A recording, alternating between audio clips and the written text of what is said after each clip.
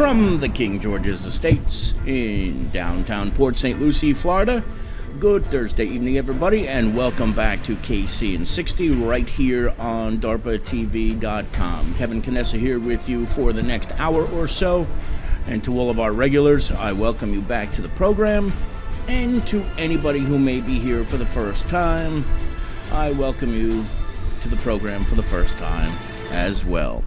It's about 4 minutes past the hour, and I wish I didn't have to start this show off on a personal note, but I absolutely do today because somebody very important to me died last night, and this is her picture that I just put up on the screen, and her name is Janet Uzzolina.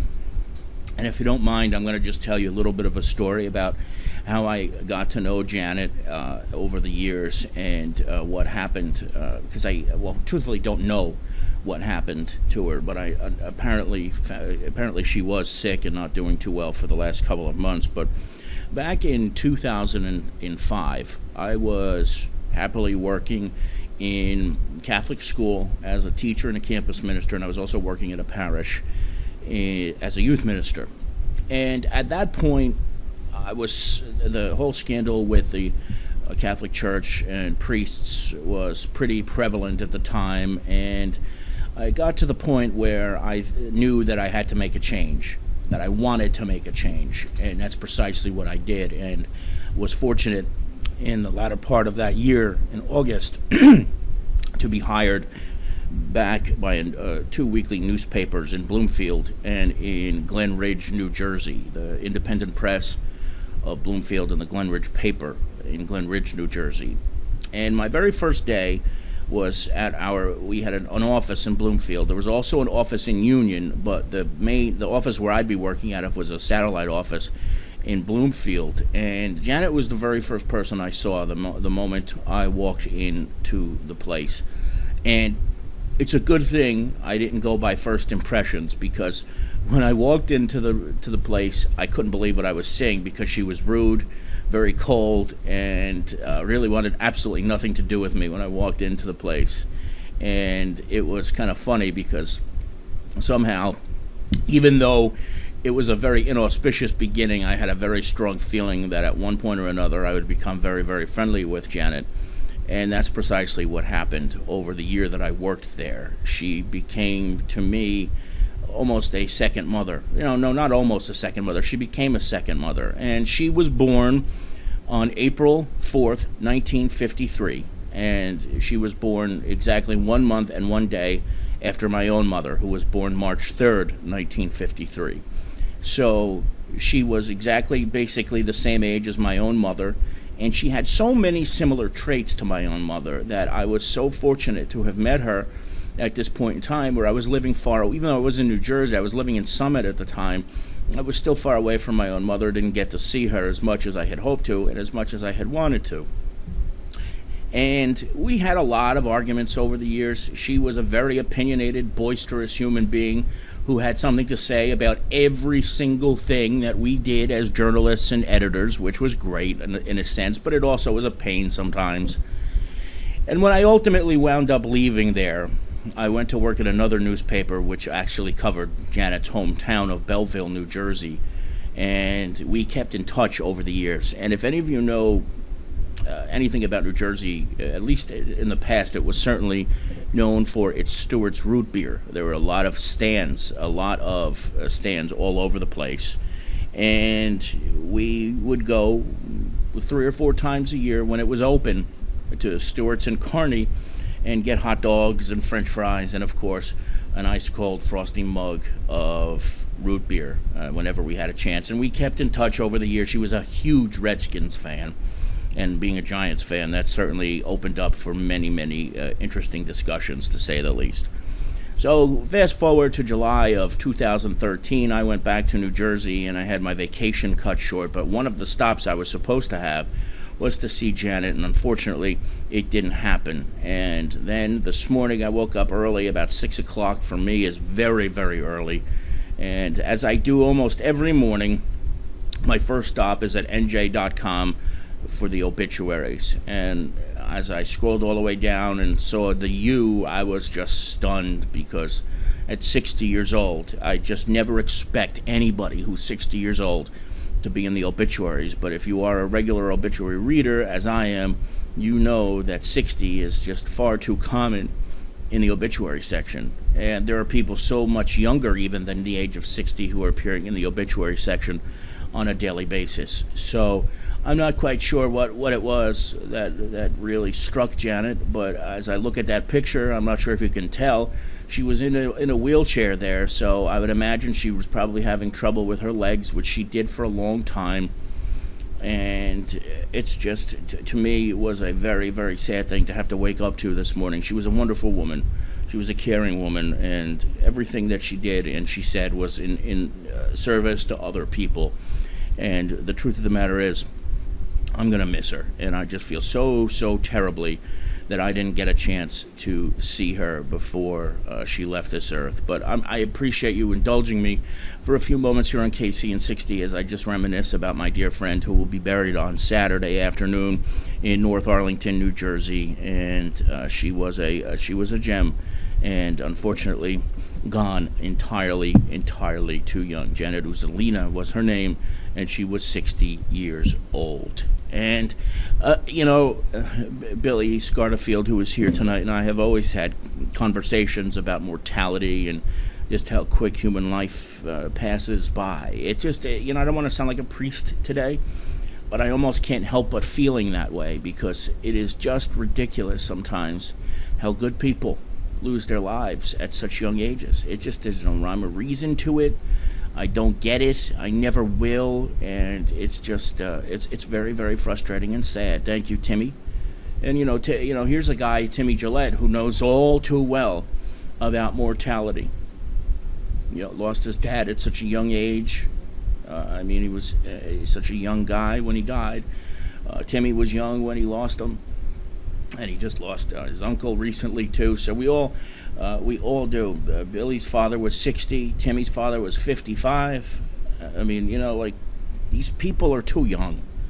They're just way too young to be exiting the earth. And it just leaves an indelible mark on people. It really, really does. And the thing that I often wonder, when I was involved with the church and involved in ministry, I would have to speak sometimes at wakes or funerals, and I did it for my own uncle. It's always so hard, because so many times, especially for those of us who grew up Catholic, when you hear the priest or whoever it is that's speaking who says, this is a day to be happy, not a day to be sad, because we can rejoice in happiness that our dearly departed loved one is in the presence of Jesus Christ and God in heaven. And while that is in some ways comforting, it's also very, very difficult in hindsight for the survivors.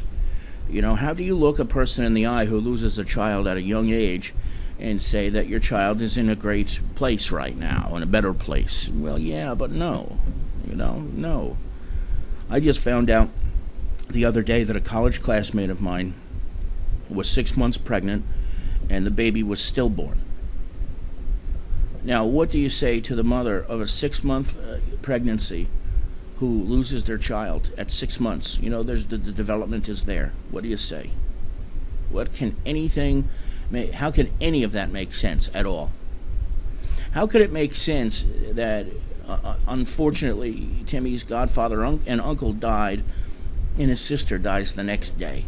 Where on earth do you rationalize that? And what could any human being say that would make that feel any the better? It's a very difficult balance. It really, really is. And it's very hard when you're the person that has to be the one to be strong about it. When my Uncle Matty died back in 2005, most of you know this already, but I've had 2 uncles who have died from HIV/AIDS. And when my Uncle Pat died in 1995, he suffered a lot, to the point where he couldn't even breathe at nighttime. And it was painful to hear him suffering. But my Uncle Matty in 2005, 10 years later, died after getting sick one day. 2 days later, he croaked. And the one thing we kept saying over and over was, thank you, God, he didn't suffer. And he didn't. But do you think that made a big difference to my grandmother, who buried her third son of 7 children? I often wonder that, too. Again, I don't want this to sound like a sermon or a homily, but I think about my grandmother. Lost 3 children of her 7. She's still alive. She's still alive. She's going to be 93 this year. But my Uncle Thomas died in 1970, Pat died in 95, and Maddie died in 05. You know, no parent should ever have to bury 1 child, let alone 2, let alone 3, and 2 within 10 years from the same stupid disease, you know?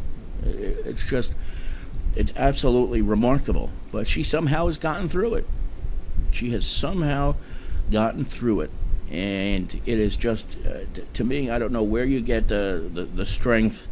I don't know where you get the power when you're a mother and you lose 3 of your own children when you had 7. I don't follow it. She says it was her faith.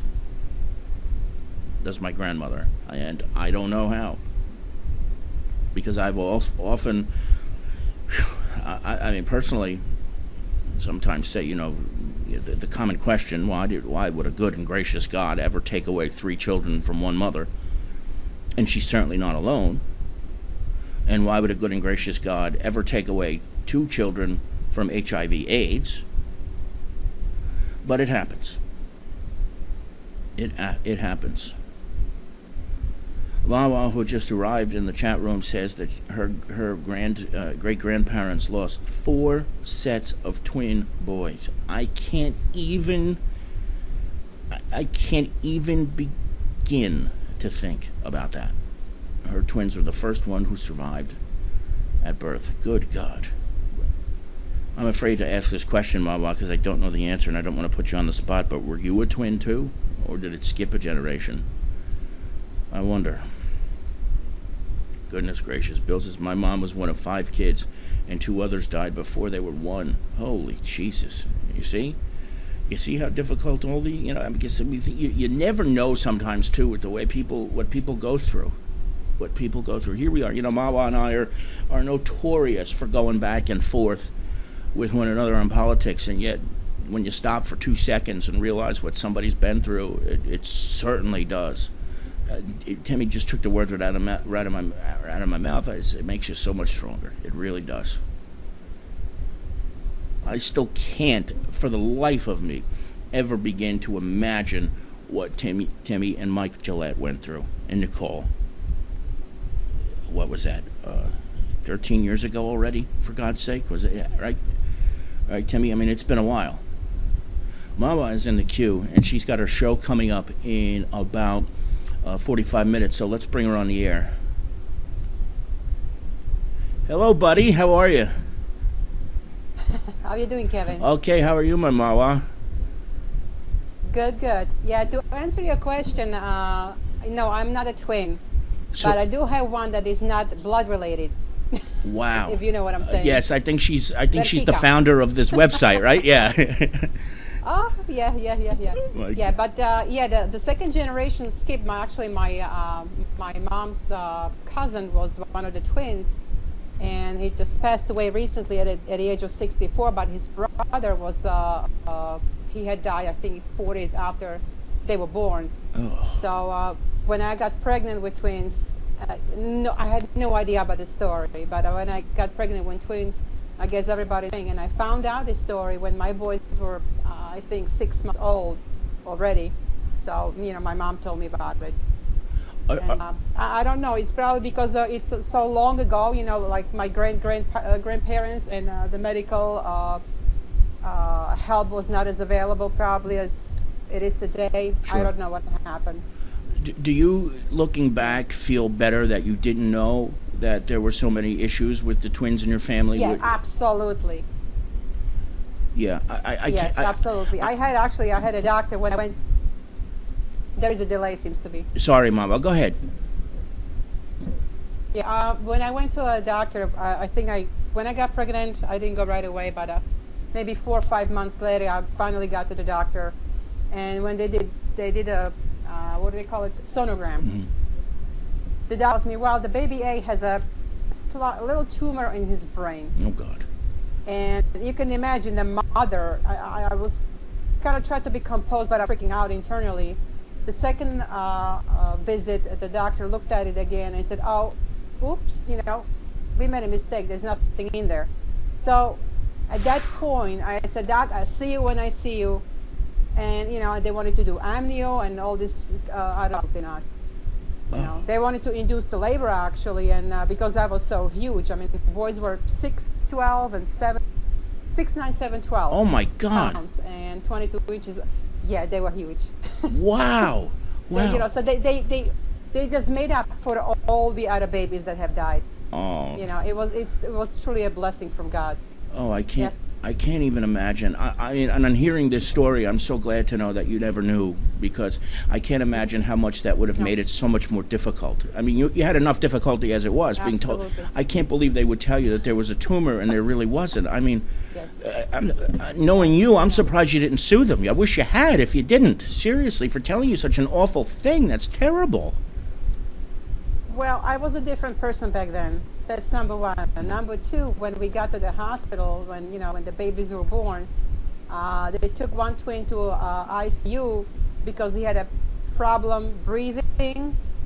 And when my husband went to ICU and he saw all the babies, with all different kind of defects, unfortunately, he said, get my sons out of here right now. Wow. And he found out that, when they look at our papers and they found out we have insurance, they try to milk the system. They try to do things that are not necessary just to get them. You have to be really watchful, and you have to really know what you're doing beforehand. Absolutely. Where was this? Morristown Memorial Hospital? Where was this? Do you not want to say? No, they were born in Manhattan. Oh, okay. In Manhattan, in St. Luke's Roosevelt Hospital. Wow. I want to apologize. By the way, Bertica. No, that's okay. Bertica was actually there when I was in labor, when I was in hospital. She came to see me, and I never forget her face when she saw me and I got first contractions. She said, "Oh my gosh, are you okay?" She said, "I literally saw the sweat coming out of your pores." Wow, I can't even imagine. And I think that's kind of scared her off not to have babies yet. Yeah, she's very happy having her puppies now, right? Oh my goodness. Wow. Oh yes. Wow. The way I said what I said was very wrong. I didn't mean that when I said when I said that I meant what I really meant was I know you're no nonsense, and that's what I meant about that. So I apologize if it came across as saying, knowing you, I'm surprised you didn't sue. It just didn't come out the right way. So my apologies to that. Oh, please. It takes more from me, for somebody to piss me off, really. I know that. Talk about Obama. No. I don't like talking about him anymore either because I'm fed up with him. But speaking of Obama, what do you have? Sir. What's coming up on the show tonight? You have a show at 8 o'clock. Yes, we will be talking about core curriculum. It is talked about a lot. I went to a local Board of Education meeting and I was asking questions of the local board about this new testing, the NJS testing that is being done in schools still now, and then one that is coming, PARC, P-A-R-C. I just threw a question. Do you understand that this core is coming actually from India? And they were looking at me like I have three to say, what are you talking about? It's headquartered in Georgia, Atlanta, Georgia. I said, that's one of the international headquarters. Wow. So we will be talking about how this company in India is making a big impact financially and taking over different aspects of education, services, everything. And the other thing was regarding the NJS and the PARC testing. I actually, on the record, which is very important when you go to the public meetings, right. You have to, if you have a comment, you have to say, I want this on the record. This way they have to put it. Right. Otherwise, it is against the law for them not to do it when you request it for anybody out there. But I said, are there any legal repercussions for parents if they decide to pull their children out of testing? There was crickets in the room for a little bit, and they say no, there are no legal repercussions. So parents can take their children out of the desk, and that's what I was doing for past 2 years. Wow. My boys took only once. NJS test, and this was, I think, in the 4th grade. Yeah. Okay? Let me. What I did was I took the children out of the first period. I think first 2 hours. Mm-hmm. Go ahead. I was going to say, I used to cover, and whenever the test scores were announced by the state, we would do big reports on them for the newspapers. And I was always under the impression that the NJ Ask for the 8th grade was a requirement to go to high school. So that's not the case, is what you're saying, basically.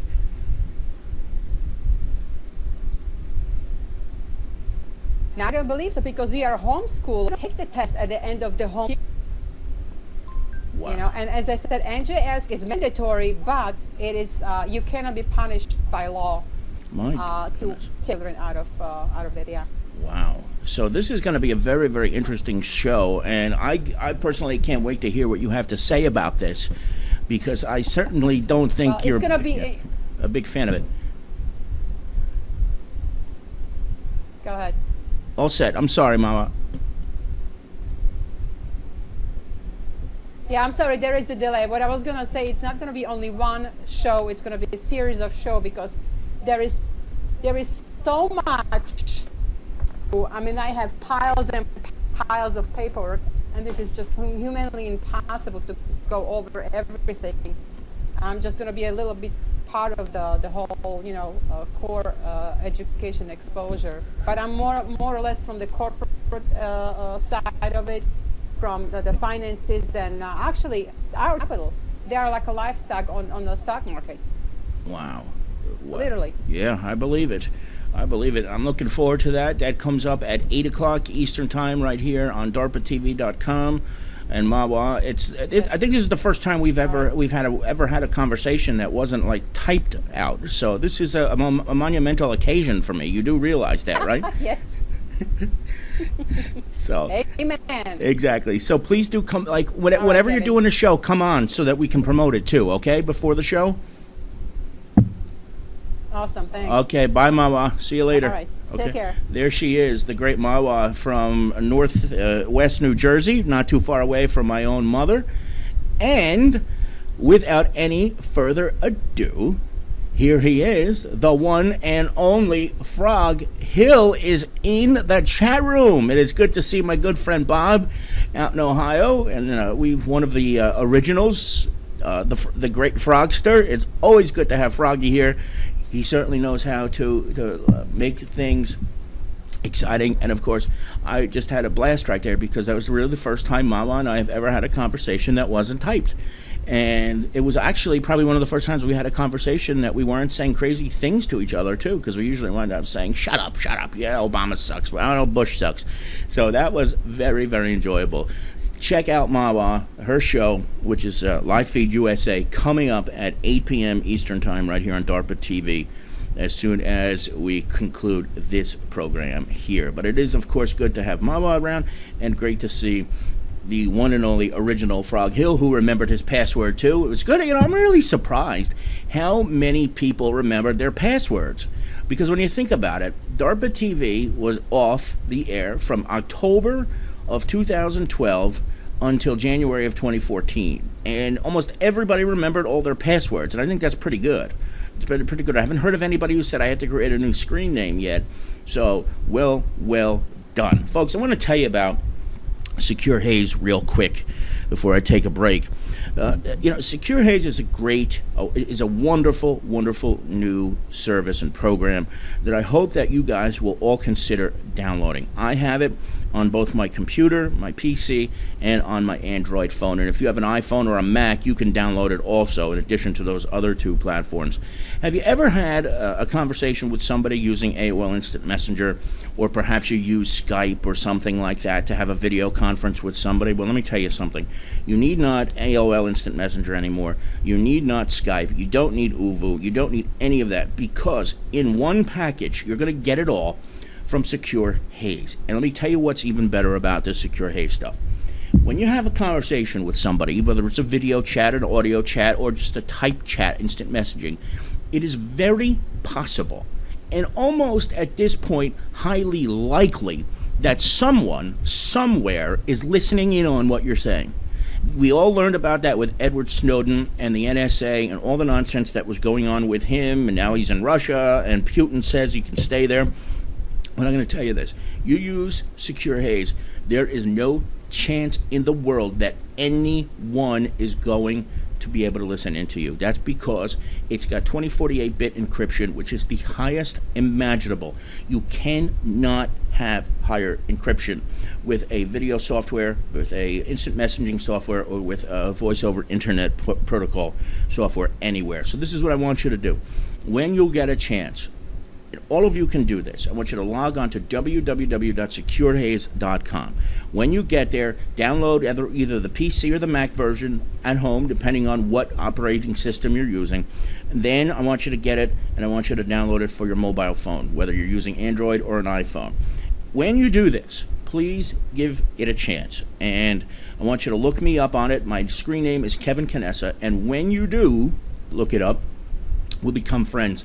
And if you like what you see, I have some credits, and I'm going to share some of them with you so that you get a month free of Secure Haze. The good thing is we can talk. I can be on my phone, you can be on your computer, we can have a nice face-to-face conversation, and the beauty of it is that Edward Snowden, Barack Obama, Joe Biden, George W. Bush, not a single one of them are listening to what we have to say. So check it out today, securehaze.com, and just click one of those banner ads to the side over here, and you'll get right to the site. You won't lose this show, and when you get a chance, I think you're really going to like what you see. securehaze.com. Try it out today. It is 30 minutes past the hour. Canessa here with you on KC in 60 on this Thursday evening. We are going to take a short break, and when we come back, I have a whole bunch of things that I really do want to get into, including this nightmare in Atlanta, Georgia, what happened there the other day. But before that, this terrible fire where a family of 11 lost 9 people this morning in Kentucky, 8 of which were children. So we'll talk about that when we get back, and a whole bunch of other things. And don't forget, if you want, you can certainly participate in the program. Just click the lips, test your camera and your microphone, throw on some headphones, and you join me on the air to talk about whatever it is you want, just the way Mawa did. We'll have some good times and some good chats. With Frog Hill back, we'll take a break, and when we come back, we'll get into all that stuff right here on KC and 60 on DARPATV.com. Do not go away.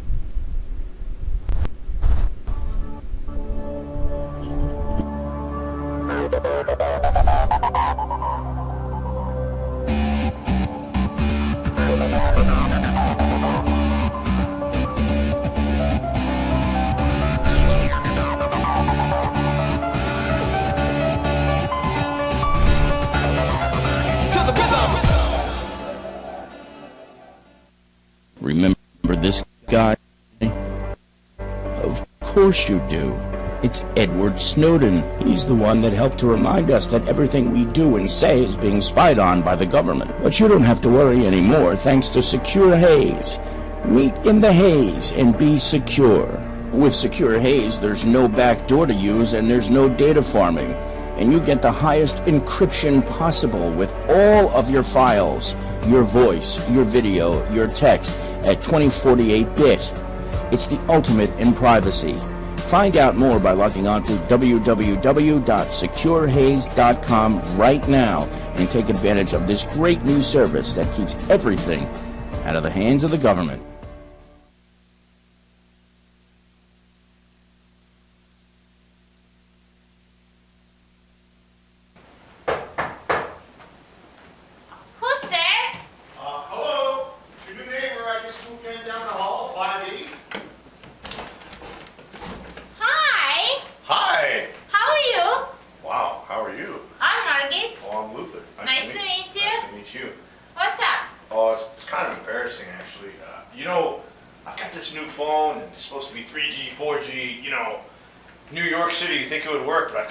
Service, and I've got to call my buddy Herbert. He's expecting my call. Can I borrow your phone? Oh, no problem. I know exactly what you're talking about. You should use Rocket 2. Rocket who? Rocket 2. Oh, what's Rocket 2? They have the cheapest rates, and the best of all, they have free video calling. Really? For yeah, real? come, Wow. let me show you. Oh, that's cool. That looks great.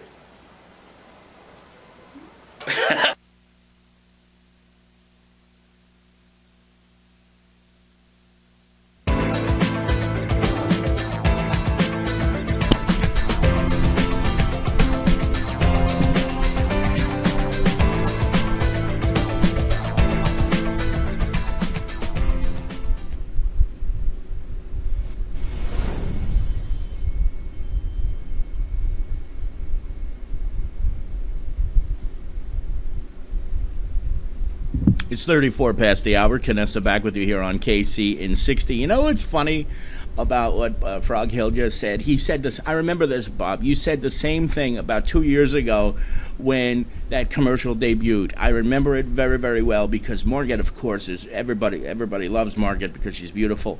But I remember you saying the same thing about her voice 2 years ago. And I think she's, if you correct me if I'm wrong, I think she's Pratik and JJ's neighbor, right? But those are great commercials. Part 2 will be back next week here on KC and 60 and on shows all across the DARPATV.com platform. So before we went to the break, I had mentioned that this tragedy struck in Kentucky. And it was just an awful situation. It really was. And here's what happened in this fire that is believed to have killed 9 people.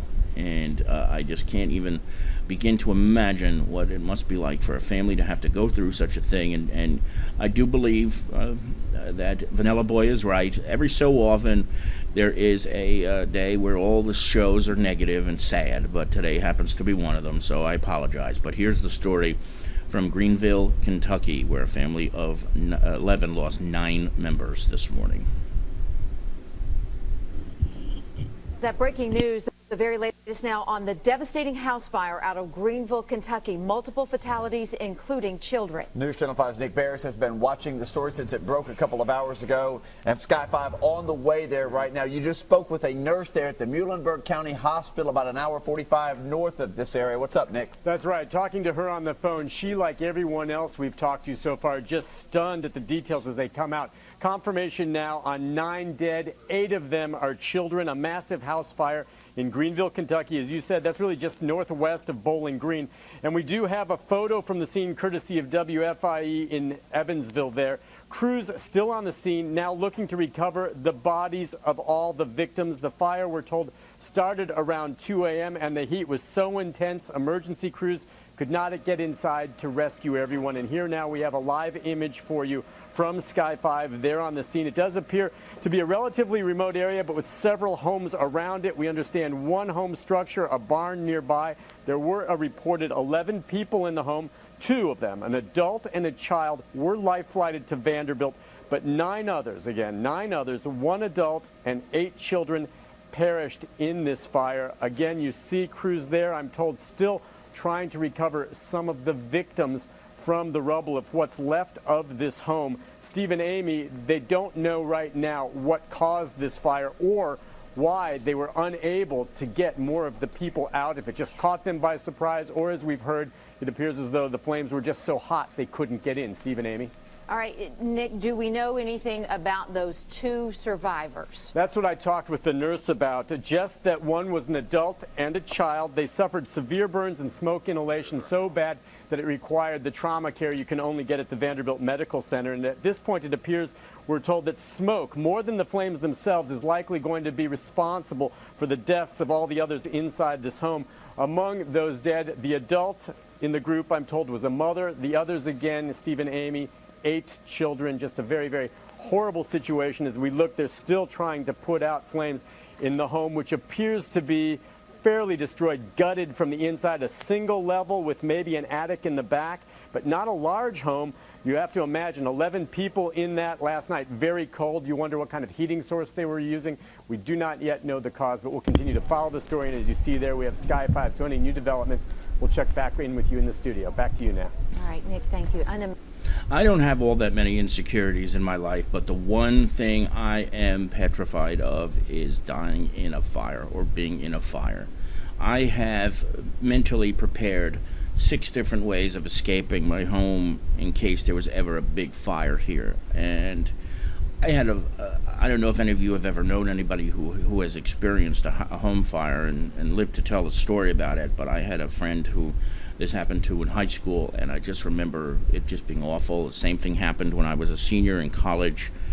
The freshman dormitory on my university campus, the 3rd floor, one entire wing completely destroyed by fire. Mawa saying she had a home fire. I cannot even imagine. Oh, she had a kitchen fire. Okay. Still, that's it. Timmy Gillette had one too. Oh boy, Bob had one too. Okay, so boy, everybody has sort of gone through it. But you just think about this, an entire family, almost everybody they couldn't have known. They had to be in a deep sleep, and by the time they came to consciousness, probably, where it was just too late. And 8 of them are children. I mean, you just can't make this up. You really can't. So I have a big fear of it. I won't deny it. I mean, ever since 9/11, it was certainly stronger, too, because of the sound of fire engines and the smell that we used to smell all the time in Jersey City afterwards. So I just can't imagine. So we pray for if that's what you do, if you do pray for that family, and God willing, everything will be okay. So now let me turn to another subject. Okay, this one will be a little bit more positive.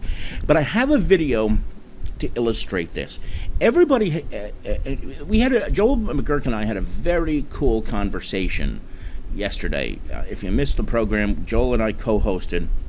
We were talking about all things politics and sports, and in the course of the discussion, he said to me, not 2016, but say 2020, there's you have a chance to take a candidate to run for president of the United States who is not a from a normal category, somebody who you would least expect perhaps to run for president of the United States. And my response to him, after Rob Ford, the mayor of Toronto, which was somewhat facetious because he can't run anyway, is Boris Johnson.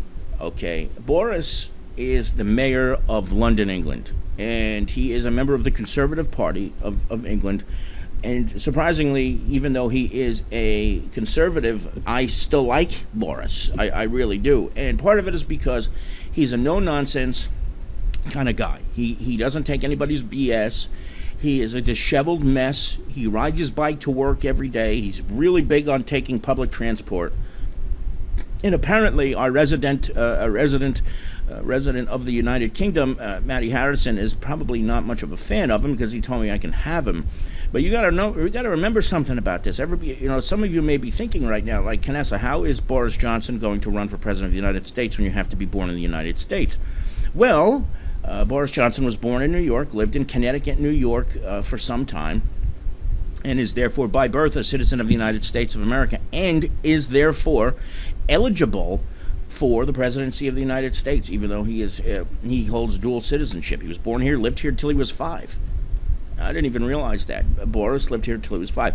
Now, when you see him, you're going to look at him, and I think a lot of you are going to question me, like, hey, Kev, really, with this guy? But he's done a lot of good things for London, including being part of the group that was able to bring him back the London Olympics in 2012. Which was I don't care what anybody says, one of the most difficult feats for any politician to accomplish. So I really like this guy, Boris. And a couple of years ago, he was on the David Letterman show, and he gave him a great interview. And you'll get a sense from this of what kind of guy Boris is. He's nuts. He's disheveled, and he is eligible to be the president of the United States. So without any further ado, this is a little bit of a long clip. Boris Johnson, the mayor of London, England, with Letterman.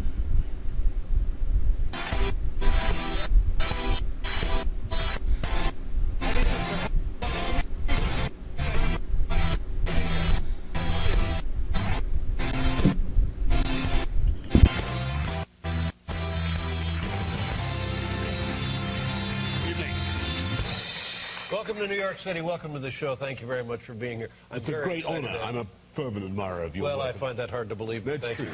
I've watched it for many years. Let me ask you this: to not love London. Fonda. Yeah, go ahead. I've been all over that. Yeah.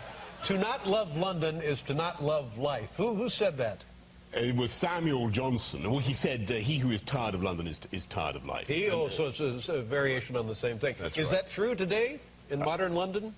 I think London has, and he said, because for any man or woman who is at all intellectual, London has all that life can afford. And I think that is true. I'm delighted that you mentioned this book. My purpose is to celebrate London, to encourage people to come to the city and to proclaim the genius of London. What is the population of London?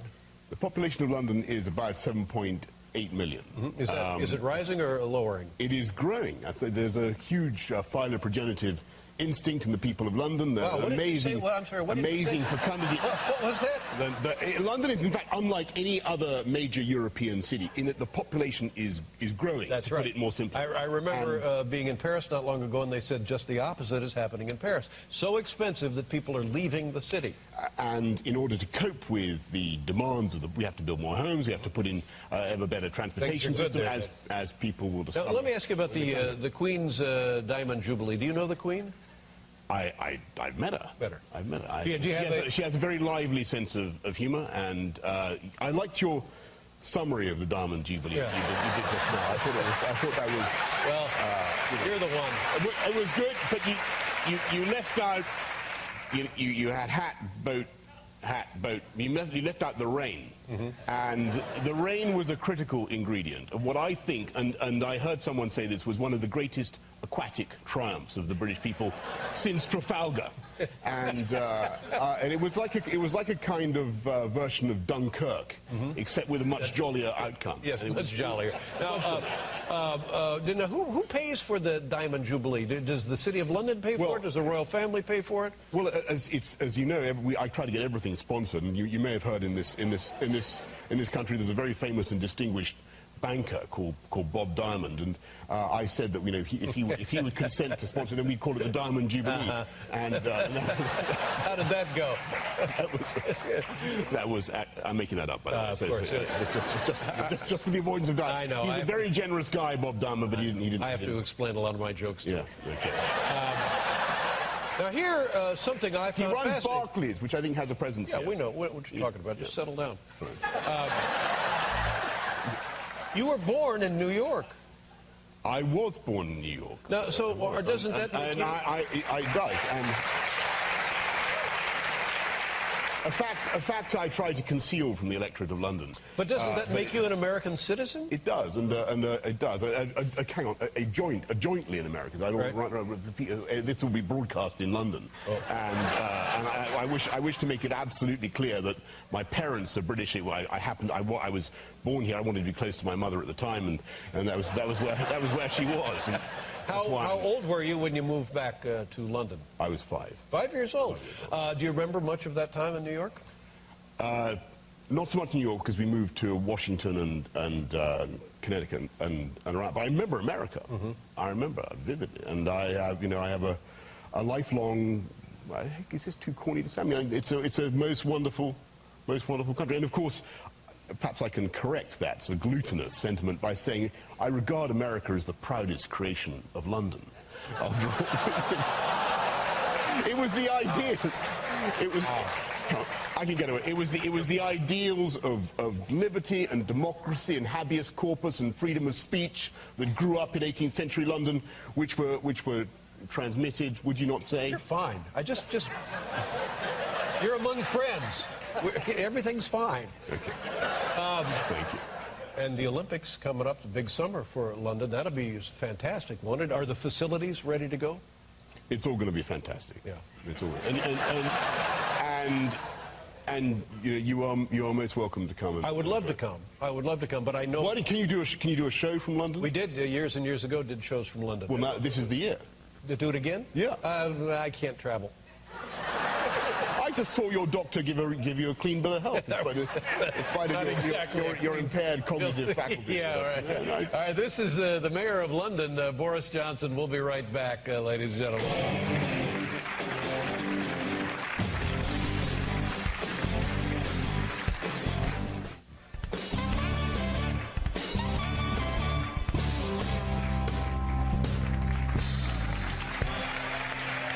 Boris Johnson, the Mayor of London. I remember the first time I was in London was 1972, and I thought, whoa, this is lovely. What a wonderful, and it seemed like it had not yet been touched by American commerce. You didn't see McDonald's, you didn't see Piggly Wiggly, you didn't see. You know what I'm saying? Yeah, I think we were pretty poor back then. I think things weren't going so well for the economy, but and things have got much better now. Tell people what you've done for the transportation system of your city. Well, as I hope people will discover if they come this summer, there has been a massive investment in the tube network. We've put air conditioning on 40% of the tube lines, which is good because, you know, we've got a very old system. We've got a massive new fast cross-town system called Crossrail coming in. We've got a wonderful new bus. We've restored to the streets of London the hop-on, hop-off. That's what I remember. Do you remember? You could get drunk and fall over backwards. That's right.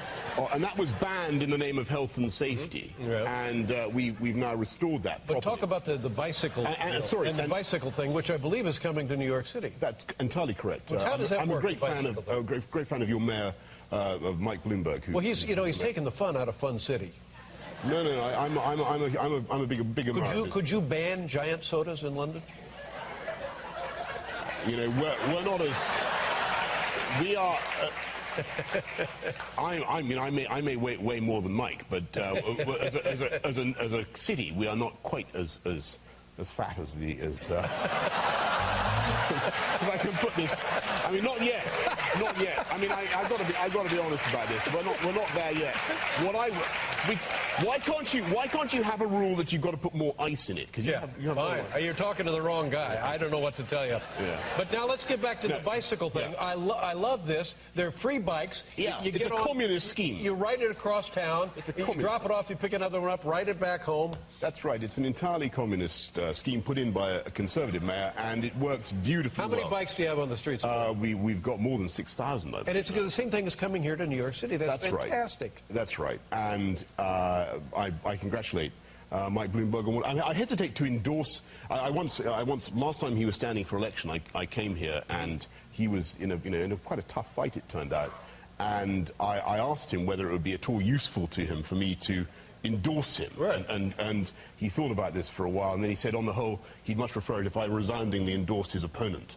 And he thought that would be... That's rude. You don't need to take that. You're a big, important man. Anyway, but I'm a supporter nonetheless. Yes. And and how long have you been cutting your own hair?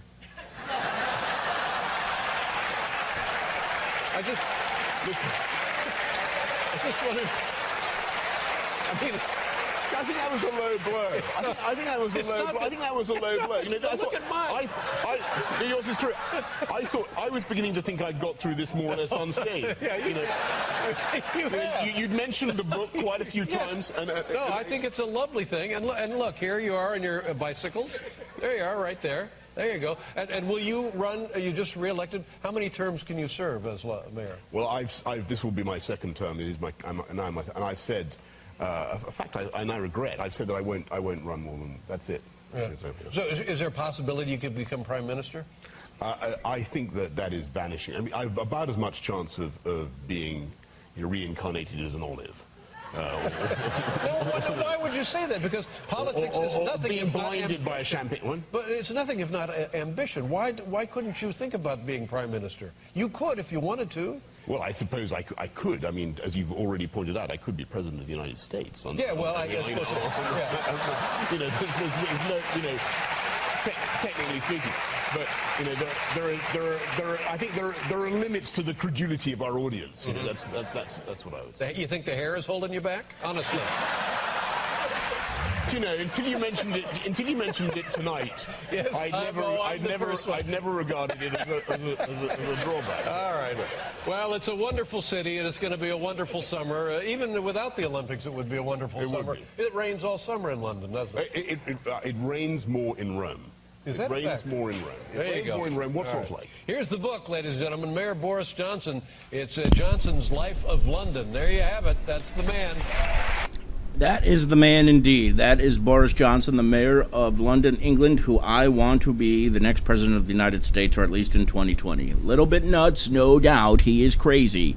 But I absolutely love Boris Johnson. So I want to say a special welcome to Marty Sucks, who doesn't, but is actually our old friend, another one of our originals, Mole Guy Eric Rodeman, of course, who is Rodzilla's brother and Matt's brother. It's always good to see my buddy Eric here. I miss him a lot. We had some great times and great memories back in 2009 and 2010, and here for 2014 he is tonight. And I will say this to him and I will say this to all the Rangers fans, congratulations on winning 2 games in January outside in the cold. That is great. I am so happy. I am so emotional over the idea that the Rangers found a way to win 2 games outside in that frigid weather in the Bronx, and I'm just so happy for King Henrik. I can't even begin to tell you how happy I am for King Henrik. And of course the parade will be in the Canyon of Heroes. As I said, it will go down Broadway to the Lincoln Tunnel, through the Lincoln Tunnel to Route 495 to Route 3, and will culminate with a big celebration in the Izod Center parking lot to be able to say, fuck you, excuse me, I'm sorry I just said that word, to the New Jersey Devils, and I can't believe I just cursed. And I really want to just put my head in the sand right now because I am a moron for what I just said. I am so sorry. But without any further ado, let us go out to Basking Ridge, New Jersey. I think if he's there, to our buddy, mall guy Eric Rodeman. Let's see if we can get him on the air. Do you have your camera set up, Eric? It didn't work. I don't know what happened. Oh, yes, Pratika. And I'm just like, I can't believe I got through 55 minutes and just said it, and I'm so sorry. I'm trying to cut back on the cursing here on DARPATV.com, and what did I do? I just slipped. So hopefully Eric can get back into the queue here, because I'd love to be able to get him on the air. I haven't seen him in a long time. I know he's lost a considerable amount of weight, too. The lucky guy. He's always been, he certainly watches what he eats, and he's doing well. We had his brother on the air the other day. Bradley was here. Of course, Bradley did a show already on DARPA TV just the other day. So we'll certainly wait and see if we can get Eric on the air. We have about 5 minutes to go before we sign off. Anyway, so now just a couple of other things just to wrap things up. Mike Grimm, yeah, we could do audio only if the camera's not working. Eric, sure. Just go ahead and click on, like when you test your audio, and then just click iPads, put me on audio only, and we can get you on board that way.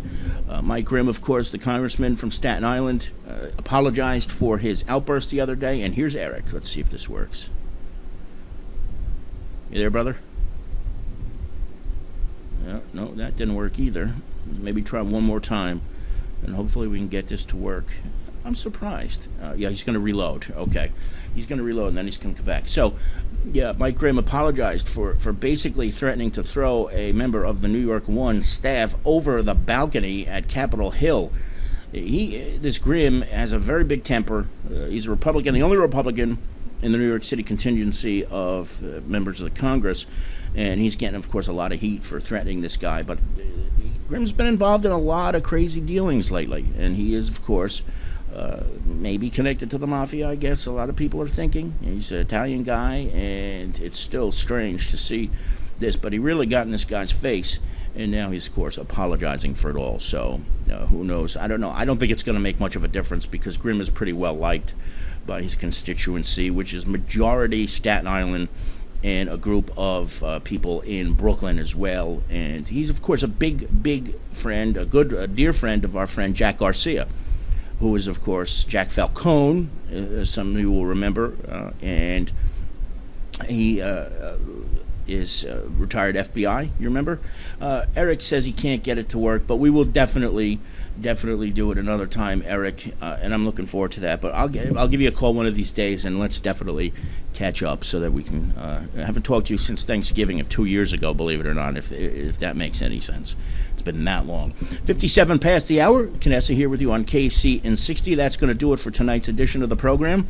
I want to thank Mawa, of course, for shoving in, and I want to thank Eric for trying to shove in as well, and of course many thanks also to Frog Hill, who made his first appearance back here on DARPA TV since the return a couple of weeks ago.